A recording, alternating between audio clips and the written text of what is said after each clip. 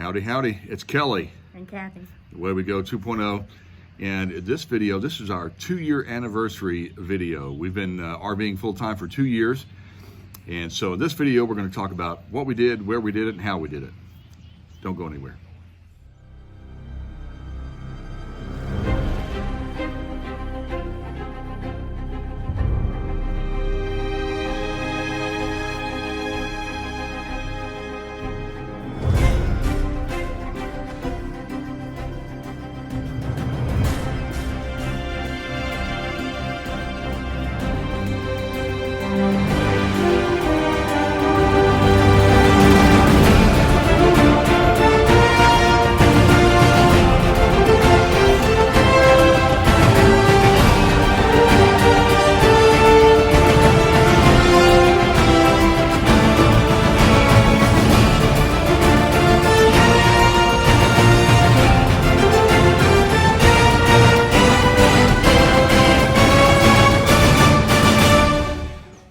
First of all, of course, 2020, I guess the obvious topic is COVID, coronavirus, and all that.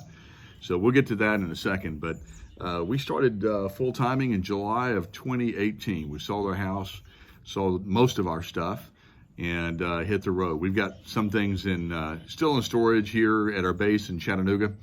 In case something happens, we have to come off the road. We've got enough items to to set up a basic household and things like that. So, but anyway, other than that, it's all gone. And I think one of the questions a lot of people come up with is, how do you downsize and decide what goes away and what stays and all that. And one thing that I always talk about that Kathy hates my little saying, but is that first of all, you have to fall out of love with some stuff. There are things that it's like, oh, that's my favorite spatula. Okay, but it's still a spatula. Or that's my favorite pair of running shoes or tennis shoes or whatever. Okay, that's fine, but you got 7 pair of your favorite tennis shoes, so something's got to go. You got to fall out of love with it. And we ended up making probably 7 or 8 trips to the Salvation Army. We would go through first wave and get rid of some stuff, second wave and get rid of some stuff, third and fourth, or sold it on Marketplace. I don't think we sold it. We sold a lot of stuff on Marketplace. Yeah, Facebook Marketplace. We didn't sell anything on eBay. We're not big eBay people, but Marketplace. Have a yard sale, so Marketplace was our main way to sell things. You know, not big. Because you can talk to them, how much is that? How big is that? So. Yeah.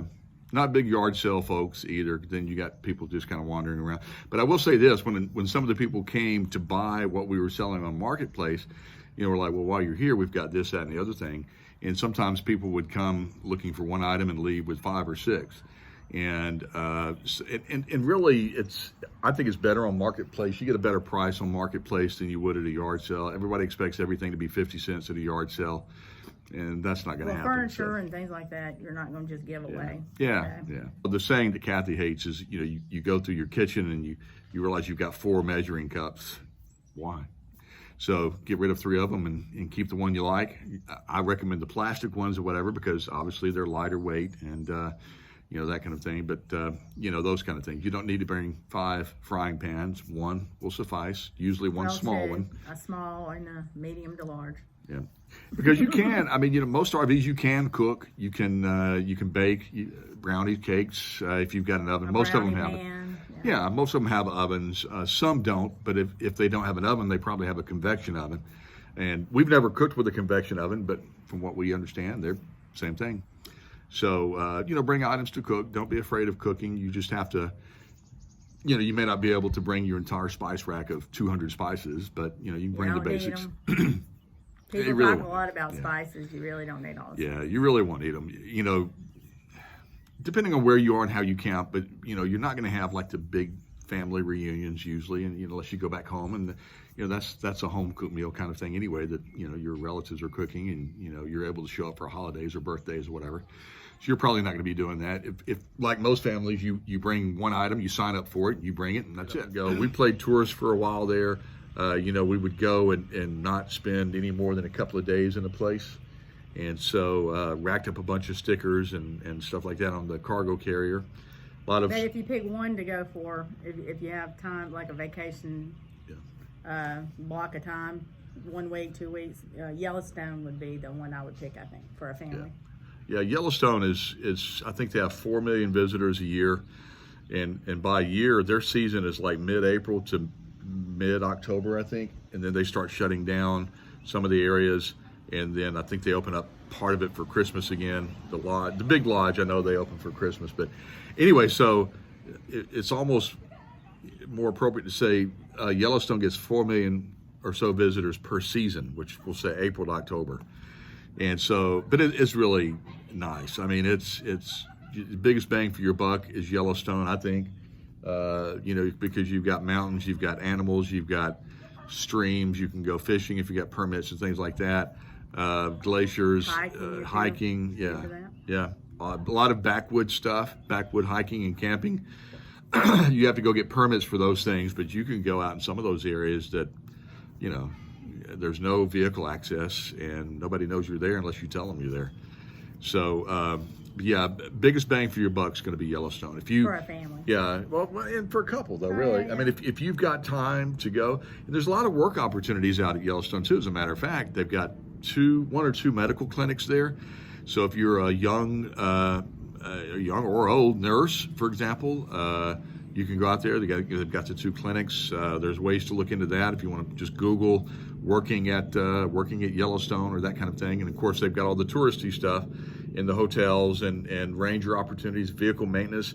If you're a mechanic and you just want to get out of Dodge and go work at Yellowstone, they've got opportunities for you there. Food service, chefs. I'll call them little mini grocery store areas. General stores. Yeah, retail. They have a lot. Warehousing. A lot of people we met, they just do that for the season, and then they either go somewhere else and work. Again, they've got opportunities for chefs, like real chefs, line cooks, servers, hostesses. There's not a lot you cannot do in Yellowstone, even if you want to work there for a summer. But you know, we try to take back roads whenever possible. You know, if you've seen one interstate, you've seen them all.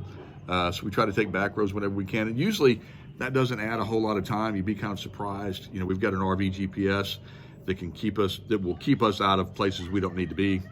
But tell it you want to take back roads instead of highways, and often it may only mean another hour or so in your day, but you've seen so much more than you would have ever seen otherwise. So, living in an Airstream, inside part. You can start with the inside part. Well, our son slept on the floor. Well, our son did, and he's 6 foot, and I don't know if he was comfortable, but he did. It can be done. Yeah, you could do for it. one night, I guess. For a night or two. It's not like you're going to go. It's not like you can take them vacation for a week, month. Yeah. I mean, you could if you got somebody that doesn't mind sleeping in the floor for a month, you know, or on hide-a-beds. But that's just our choice. With ours, mean, if you want a Class A, you can sleep with many people. Yeah. And so if you get a bigger RV, or you can, if you've got an Airstream, you got a small RV. You know, you can set up, a lot of places let you set up a tent right next to it. Just check before you go. But they might charge you a couple extra dollars. Like some places it's like $2 extra per person or something. So if there's like, what else? Maintenance costs and things like that. Costs have been just about what we expected. I think the one cost that we've had that we didn't really plan on as much was buying souvenirs for either our grandkids or our kids or ourselves. And we did that the first year. We kind of slowed down the second year. Still doing it. I still do it. I still do it now anyway. I'm not souvenirs, but just stuff. Also, I guess laundry. Yeah. That's my thing. Take care of this stuff, you know. You're not the only person using it. Okay? Yeah, clean the lint filter. Clean up after yourselves. And if it says don't wash dog blankets, don't wash dog blankets. Most people time it. Go back 5 minutes early, get their stuff, get it going so somebody else can use it. Go get your stuff. Don't leave it out there all day. I was in there the other day and somebody left their stuff in the dryer, blocking that dryer. I don't want to touch their stuff. They don't want me touching their stuff. Yeah. They blocked that dryer for like 4 hours. They came back in there and they go, oops, we forgot. Yeah. We went somewhere and forgot. If you're doing laundry, you usually don't. Yeah, and some people will take your stuff out. I don't want necessarily. It's just maybe it's just us. I don't. Yeah, that too. I don't want somebody reaching there and grabbing our clothes, whether they're dry or wet. You know, whatever. Just time yourself and go so back. So just go and get your stuff. Yeah, be courteous. Go get your stuff. Get it out. If you think you're going to be delayed, or usually dryers take longer. If you think you're going to be delayed, then, you know, work the time a little bit or whatever, or go at a time or day that not a lot of people go. There's ways to figure it out. What else? Bathhouses, those kind of things. Again, if you're a camp host and you want to get a bad rating, have a nasty bathhouse and laundry room. But now I think they're stepping it up because of COVID, so I see a lot of cleaning going on. Yeah, true. And some, it's just a matter of different campground hosts or management that have different priorities. Some people, maybe the laundry room and bathhouses are a priority. And then you go outside your campground or your camper and you've got grass up to your knee because they don't cut the grass. You have other places that are perfectly manicured, but their bathhouses are pigsties. So, you have to give and take. Don't be afraid to write a non-glowing review on somebody, because if I write a good or bad review, that's going to help you later on down the road. Yeah, and if it's like a KOA or something, or a Good Sound, rather, they've got to meet a really high standard. Usually those you won't find any problems with, but if it's an independent mom and pop, give them a thumbs up. Give them a 5-star. If it's a mom and pop and it's a dump, give them a thumbs down.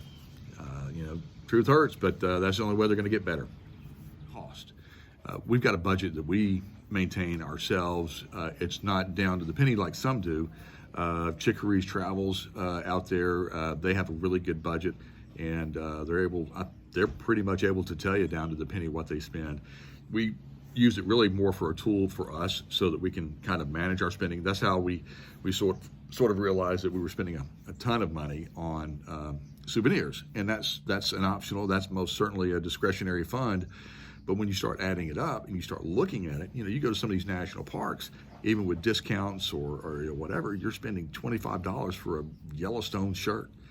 And of course, everybody wants a Yellowstone shirt, but because there's only one place you can get them, unless it's counterfeit or whatever. But so next thing you know, you've gone, you've eaten, you've this and that, you pay for fuel to get there, and oh, by the way, you spent $150 on souvenirs that have to be mailed back, and that's another $50 on postage. The lockdown had its advantages for us, really, because it gave us an opportunity. Like I said, we spent 91 days at Redstone Arsenal, so it was a full hookup for $25 a day, no taxes, stuff like that. But if you paid weekly, you got your 7th day free. So it worked out really well for us cost-wise. And of course, you're not spending fuel. We went from, if you travel, depending on how far you go, you'll get fuel 2 or 3 times a day at $30 to $50 a pop, depending on where you are. And so you don't have that expense anymore. Well, right now. Yeah. Well, that's what I'm saying. When we were saving up. Yeah, when we were locked down. So for expenses, though, fuel's going to be your big thing. Take care of your vehicle, your tow vehicle. Get the oil changed. Get the rear. Get your differentials checked if that's an option for your rear differential. We've got a 4-wheel drive, so transmission fluid's not much of an issue really, because it's sealed in our truck. But take care of your vehicle. Check your belts. All of those things. You take care of your vehicle, you'll take care of it. It'll take care of you, rather. Rotate your tires every 6,000 miles. All of that stuff that you hear about and read about on these Jiffy Lube commercials or whatever, whatever's in your area, you need to do those things, because if you're in a travel trailer or a fifth wheel or whatever, a towed trailer, that's going to be concern for. Of course, if you're in a motorhome, same thing applies. Ours is gas. We've been really pleased with it. A lot of people worry about gas not having the horsepower, the oomph as diesel, but we've not had any trouble with it whatsoever. We've got a 27-foot Airstream that, as it sits, is probably about 7,200 pounds plus us and our gear and everything else. We try to travel with a full tank of water because you never know. And I know a lot of people are back and forth on that. Oh, you never travel. We don't do this and that. And that costs you half a gallon. Okay, fine. But if something happens and I get broken down and I have to spend a day and a half somewhere, I want to have access to water. And again, that's a personal preference, but I think it's an ounce of prevention. Remember now, you got to wash your hands. Yeah, you of course, water. Bathroom. Even if you say, "Oh, I don't need a shower," we've seen people that, "Oh, I went to the desert for a month and I only used 2 gallons of water." Okay, that ain't us. Good on you, but that ain't us. So, but even if we decide, okay, we don't need a shower, we got to conserve. But you still have to go to the bathroom. You still want to, wash your hands, whatever. So for us, I need to. Yeah, need to. So for us, we always travel with a full tank of water and empty black and gray. Groceries. Everybody's got to eat. You got to eat something. Like it or not, you got to eat. So again, when you were home, you had these pantries, and you could go to Costco and Sam's and BJ's and all these other warehouse stores, you could buy 500 packs of toilet paper and it was no big deal. And paper towels, 200 packs, whatever, no big deal. You could buy 40 pounds of hamburger patties and no big deal. And can't do that. Can't do it in any real mobile home or motor home or not mobile home, motor home or some of them do, travel they put it trailer. in their bays, but we don't have bays. Yeah, but I mean, yeah. If you've got a big Class A 45 foot and you've got all of this storage, buy it all. Whatever. If you want to carry it around, go for it. We're a week to week kind of grocery. Yeah, but in the Airstream, there's not a lot of storage for us. Most of our belongings are in our closet and under our bed. We've got a pretty big storage area under the bed in the Airstream. It's a 2018 Globetrotter, and it's 27 feet. But for us, a lot of storage is valuable. That's why we took out part of our couch and we put in a storage area there for things like that. Aluminum foil, those, the stuff you don't use very often. It's got to be accounted for. So that's when you go through, and what Kathy's done is be able to go through and decide, okay, we use Ziploc bags, we use aluminum foil, but we don't use like the wrap, saran wrap, I guess it's called. We don't use that, so we don't need that. Whereas at home, we might have it laying around just because. Water. If you buy a couple of gallons of water or you buy bottled water, that has to go somewhere until you put it in the refrigerator and then drink it, So groceries, it's not really quite hand to mouth, but you might go to the grocery store once a week. We do. At least once, probably twice, because you go back and I forgot this. Yeah, you forget something. Yeah, it's always good to make a list. Again, water, fresh water for coffee. Some people use the campground water. Here we probably could, but we've been to a few places where we're like, I don't know about this campground water.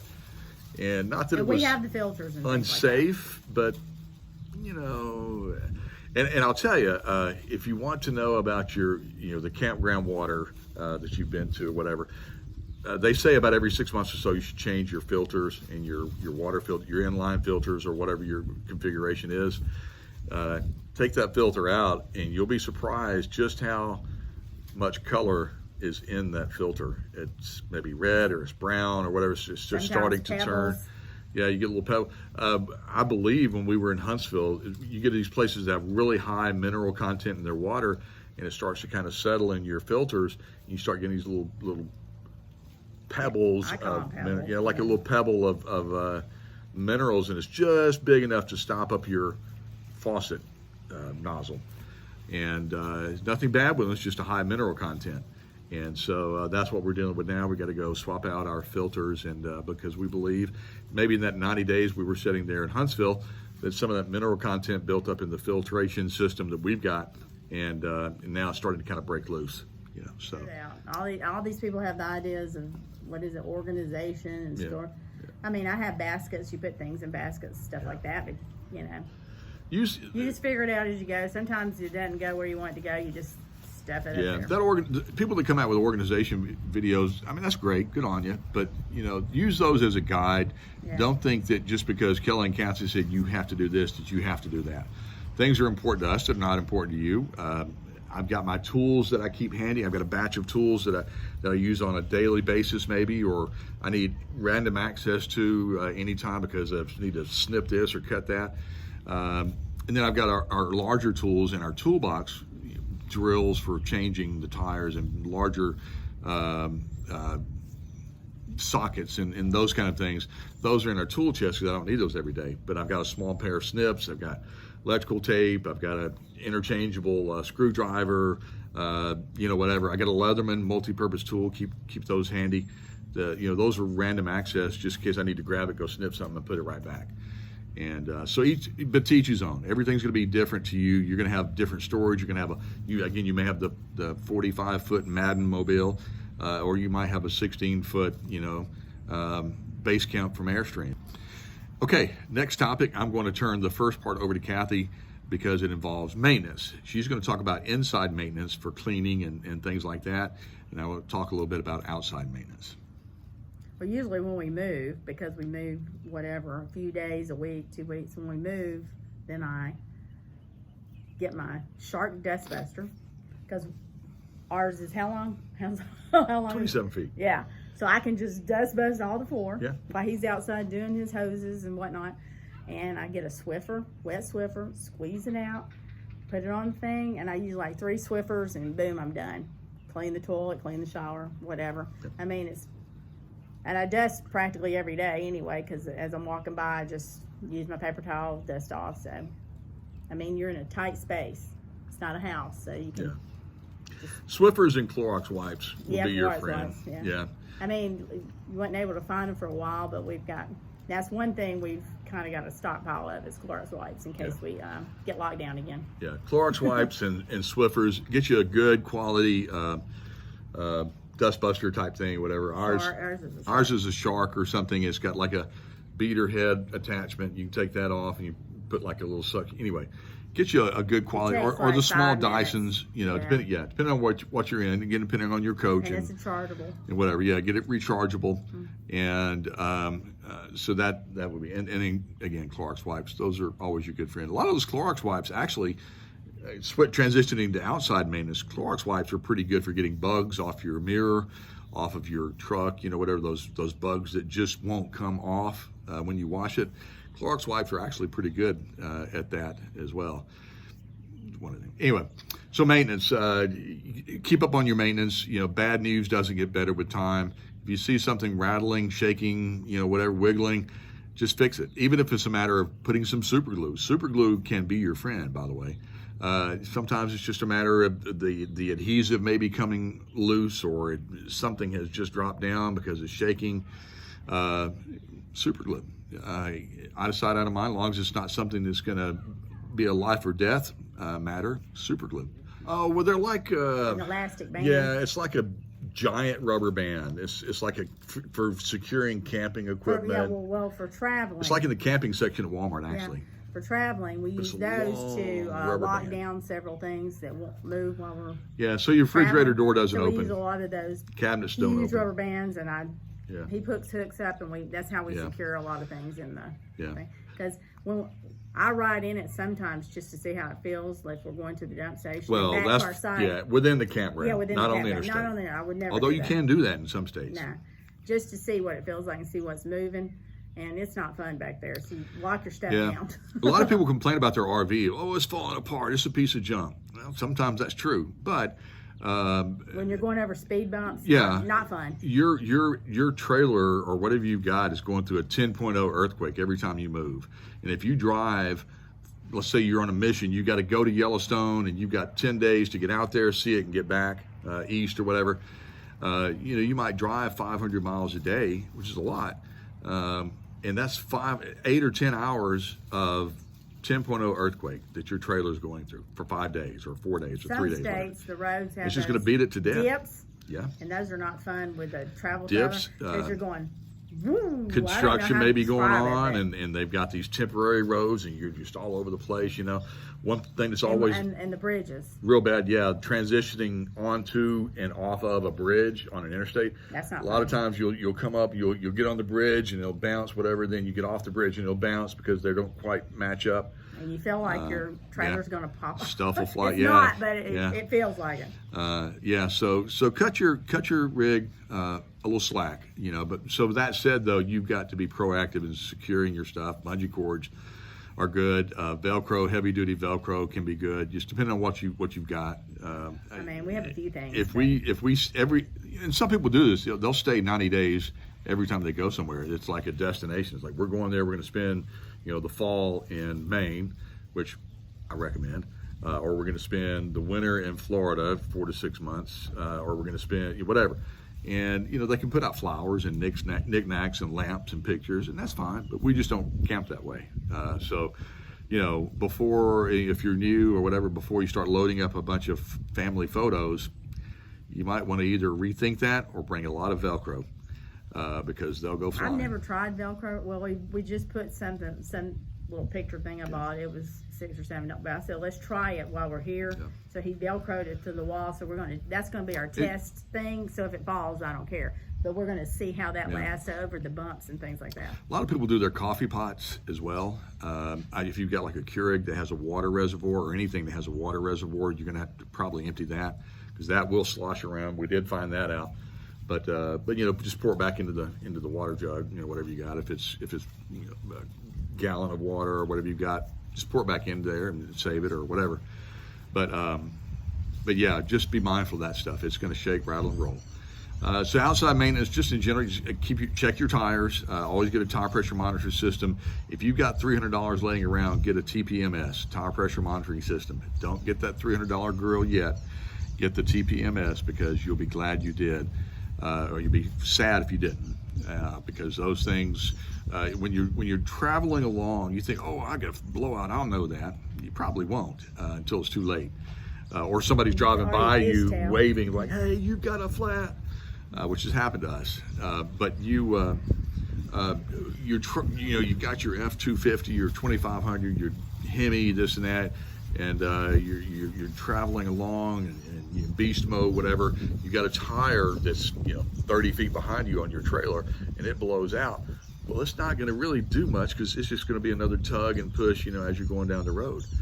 And again, you may travel 8 or 10 miles or more before you realize that tire is disintegrating. And as it's disintegrating, it's ripping up your wires for your brakes. It's ripping up your wheel well. It's ripping up probably the side of your trailer and the paneling or the aluminum or whatever you've got on the side of your trailer. Wiring up that goes in and around the wheel well, plumbing, whatever, until that tire decides it wants to disintegrate and just fall off. So,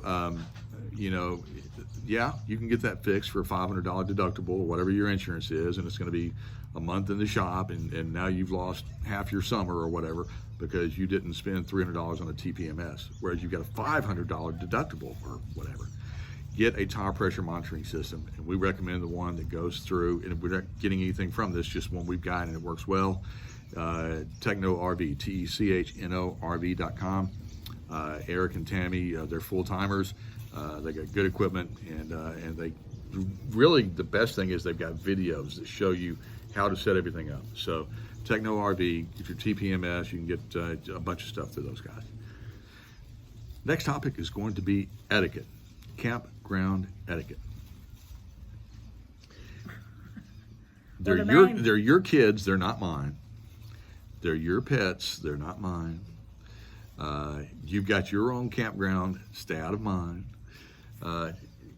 And that's a little brutal, but that's pretty much what it amounts to, Don't please watch your young children with bicycles. Yeah, that's what I mean. They're your kids, not mine. I'm not going to be responsible for watching your kid go around a corner going down a hill as he's getting ran over by a 45-foot Tiffin. I'm sorry, it'd be terrible. We do watch for the children on the bicycles, but some people might not. Yeah. And they do cut the corner just with the bicycle. Your kids. And watch your kids. Scary. It is a community environment. Everybody's sharing, and we're all talking, and you all share stories, and that's fine, great. But don't expect your neighbors to watch your kids just because you park next to them, or just because you shared a campfire last night. They're not your kids. Your kids are not their responsibility. Same with the pets. If the place says you got a leash law, or leash laws are enforced, keep your dog on a leash. I don't want to come out, at 10 o'clock at night to fix my whatever, and y'all are out at your campground and your dog tries to attack me because you don't, it's 10 o'clock. Nobody comes out at 10 o'clock. Well, yeah, they do. So, keep your dog on a leash, and if your dog has to poop, bring your bag with it, and whatever. Don't let your dog poop or pee in my campsite. Don't throw trash in fire pits, because invariably it does not burn. Cigarette butts do not burn. Beer cans don't burn. All the things that we noticed, little like paper plates might burn, but bottles and cans. Just you got a trash can, put it in the trash can. Leave the place better than you found it. And that sounds corny and hokey, but it's true. But as far as etiquette, he can tell you about your hoses and things like that, what we see people do and don't do. And that's a whole separate video. There are a lot of videos. RV Love has a good video on how to empty your tanks, kind of the process and procedure. But I'll just leave it at this: wear rubber gloves. We were in view of the dump station at our last site. Same part, different, but you could see them dumping. And they wouldn't wear gloves. The grown-ups would not. And then they would be teaching either teenagers or children to help them, and that's fine. Yeah. But they didn't wear gloves. It goes back to third grade science. Poop and hands don't go together.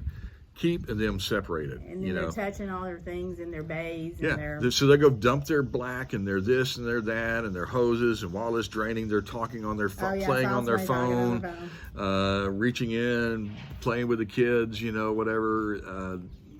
I mean, you can teach your children how to do it, but teach them how to do it, but do it right.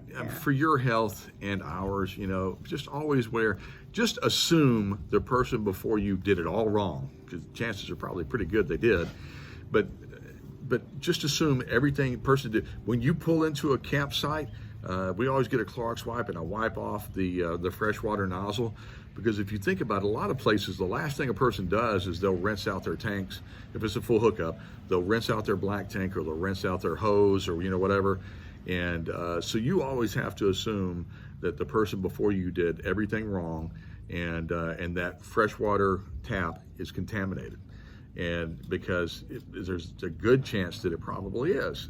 They might have used that. And it's just a matter of prudence. To clean their black. Yeah, we don't know. Yeah. We don't watch everybody. So we get a Clorox. Every time I get a Clorox wipe, I go up and I wipe off that spigot, and I get my thumb inside there. I turn it on, let it run for 2 seconds just to rinse out what I just did, and then I put my freshwater stuff on. But also another thing is work smart, not hard. We've seen healthy, people not lay sick. their black tank hose on the picnic table, okay, while they're like packing it up. Well, after they unhooked it, they laid it on the table like before he working. rinsed it. Yeah. But the thing is you don't know who comes behind you, and a lot of people have children, or whatever, or they use their picnic table to eat on, and they just left them. Yeah, guy disconnected his hose. Black tank hose on the picnic table. I don't care if he did the black and then rinsed the gray, whatever. The bottom line is he took that hose and set it on top of the picnic table as he's getting his other stuff together. I'll let you fill in the blank. One other thing, you hear about these travel clubs and things like that. Yeah, us being military, we don't really, our ability to be able to stay on a base probably negates us having to join like a Passport America type club or whatever.